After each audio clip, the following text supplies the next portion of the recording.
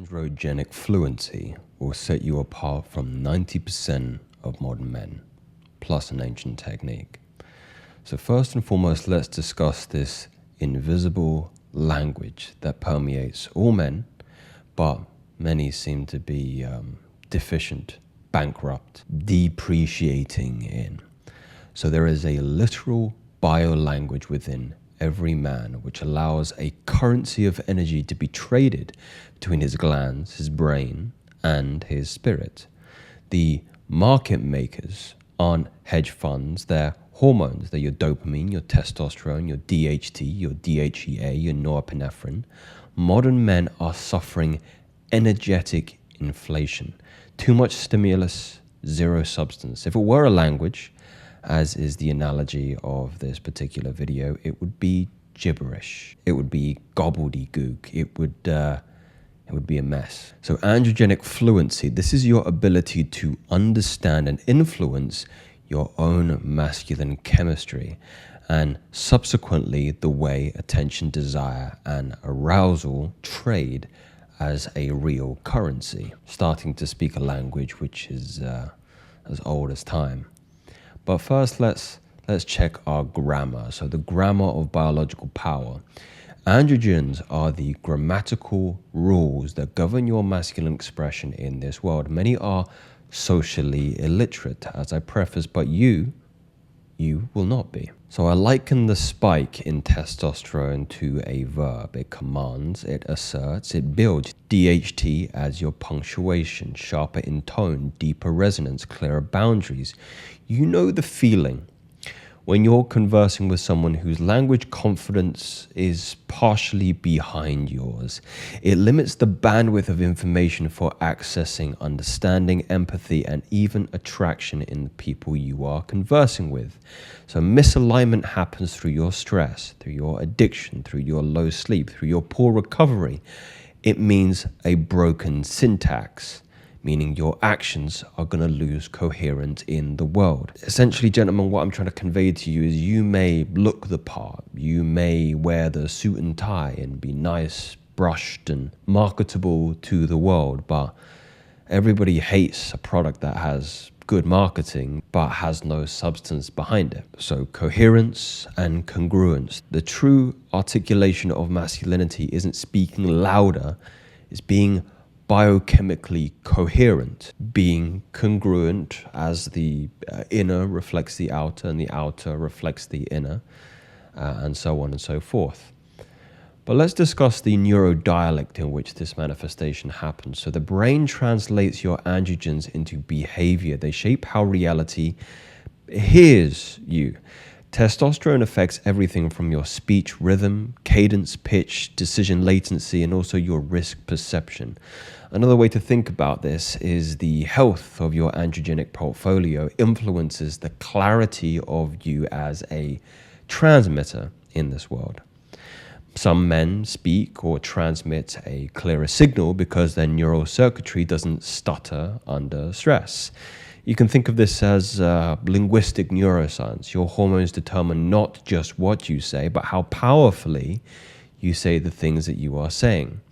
Women and rivals don't hear your words, they decode your biological subtext. It is the subconscious domain, it is the body language, it's in your intonality. It's behind your electromagnetic field. Speaking of which, we'll discuss your resonance literacy. So again, the preface is your body's electromagnetic field is the tone of your language, a universal tone of your language. Your hormonal state modulates your heart's EM output. This is your measurable coherence, charisma, confidence, sexual magnetism. All is a effect of your harmonic signal integrity. This is androgenic resonance, when your biology and your aura speak the same dialect. Modern men are energetically dyslexic. Their tone or their field contradicts their text or their words. I like to think of this as all head and no heart, all marketing again and no product. All shallow, no depth, superficial versus your substance. Of course, I'm going to give you something very practical but I'll preface this with the mythic tongue. So mythology encoded the same truth. Gods were just men who were fluent in this hormonal language, be it Zeus or Shiva or Odin, archetypes of men whose biology and divinity spoke a congruent or parallel language.